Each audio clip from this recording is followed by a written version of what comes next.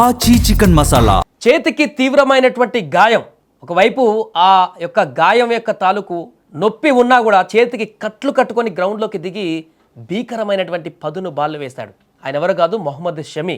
మనందరికీ తెలిసిందే, టీమిండియాలో స్టార్ బౌలర్గా ఒకప్పుడు అద్భుతమైనటువంటి బౌలింగ్ చేస్తూ మిగతా జట్లకు చుక్కలు చూపించినటువంటి మొహమ్మద్ షమి ప్రస్తుతం రంజీ ట్రోఫీలో ఆడుతున్నాడు. టీమిండియా మేనేజ్మెంట్ పట్టించుకోకున్నా, గాయాలు వేధిస్తున్నా, బీసీసీఐ సెంట్రల్ కాంట్రాక్ట్స్ నుంచి తొలగించిన ఈ బెంగాల్ పేసర్ వెనకడుగు వేయడం లేదు. మెరుగైన ప్రదర్శన కనబరుస్తూ సెలెక్టర్లు టీమిండియా మేనేజ్మెంట్కు ప్రశ్నలు సంధిస్తున్నాడు. ఏజ్ బార్ అయిపోయిందని, ఫామ్లో లేడని రకరకాలుగా ఆయన పైన వచ్చినటువంటి విమర్శకులకు తనలో ఉన్నటువంటి పదునైనటువంటి బౌలింగ్ పదునుధనంతో మరొకసారి తనని తానుగా మలుచుకుంటున్నాడు. తనలో ఇంకా ఆడే సత్తా ఉందని ఆటతోనే బదులిస్తున్నాడు షమి. రంజీ ట్రోఫీలో 2025-26లో భాగంగా జమ్మూ కాశ్మీర్తో జరుగుతున్నటువంటి సెమీఫైనల్లో బెంగాల్ తరపున బరిలోకి దిగాడు షమి. 8 వికెట్లతో ఒకే ఒక ఇన్నింగ్స్లో భీకరమైనటువంటి బంతులతో సత్తా చాటాడు. చేతికి గాయమైన కట్లు కట్టుకొని మరి ఈ మ్యాచ్లో బరిలోకి దిగాడు. కోల్కతాలోని కళ్యాణి క్రికెట్ గ్రౌండ్లో జరుగుతున్న ఈ మ్యాచ్లో షమి కెరీర్ బెస్ట్ ప్రదర్శన కనబరిచాడు. 22.1 ఓవర్లు బౌలింగ్ చేసిన షమి 90 పరుగులు మాత్రమే ఇచ్చి 8 వికెట్లు తీశాడు. అంటే ఆల్మోస్ట్ 10 వికెట్లు, 80% స్ట్రైక్ రేటు.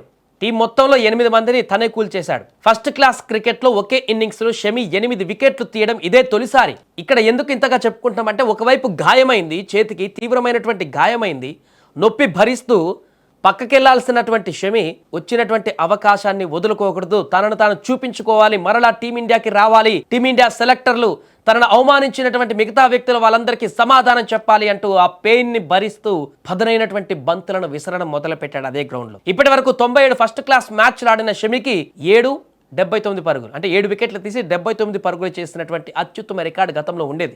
2012-13 రంజీ ట్రోఫీలో ఈ ఫీట్ సాధించాడు. ఫస్ట్ క్లాస్ క్రికెట్లో 7+ వికెట్లు తీయడం కూడా ఇది రెండవసారి షమికి. సో దీంతో ఆల్ టైమ్ రికార్డును క్రియేట్ చేశాడు, తనకు తానుగా 8 వికెట్లు తీసి. అంతేకాకుండా ఏజ్ అయిపోయింది, వయసు అయిపోతుంది, బౌలింగ్లో పదును లేదు అనేటువంటి విమర్శకులకు తన బౌలింగ్తో మరొకసారి ఆ విమర్శకులకు సమాధానం చెప్పాడు. షమి ఈ పదునైనటువంటి బౌలింగ్ తోటి మరొకసారి టీమిండియా వైపు అడుగులు వేసేటువంటి ప్రయత్నం మనకు కనపడుతుంది. ఎందుకంటే షమిని తక్కువ అంచనా వేయలేం. 2023 వరల్డ్ కప్లో షమి ప్రదర్శన ఎలాంటిదో మనం చూసాం. వరల్డ్ కప్లో ముందు వరకు ఎలాంటి ప్రదర్శన ఉన్నా షమిది, వరల్డ్ కప్కి వచ్చేసరికి షమి అద్భుతమైనటువంటి ఫామ్ కనిపిస్తుంది తనకి.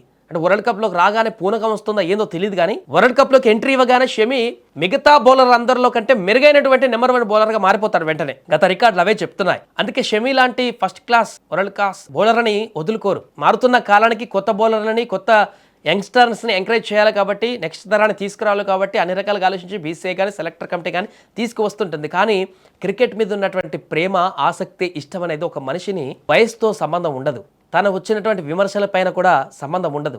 చివరి వరకు తన శాయశక్తుల, తన బాడీ సహకరించినటువంటి చివరి క్షణం వరకు కూడా తనను తాను నేను ఆడాలి, దేశం కోసం ఆడాలి, నన్ను నేను నిరూపించుకోవాలి, దేశానికి ఎంతో కొంత సేవ చేయాలని చెప్పేసి ఉంటుంది ఆ క్రికెట్లో ఉండేటువంటి ఆ పిచ్ అది.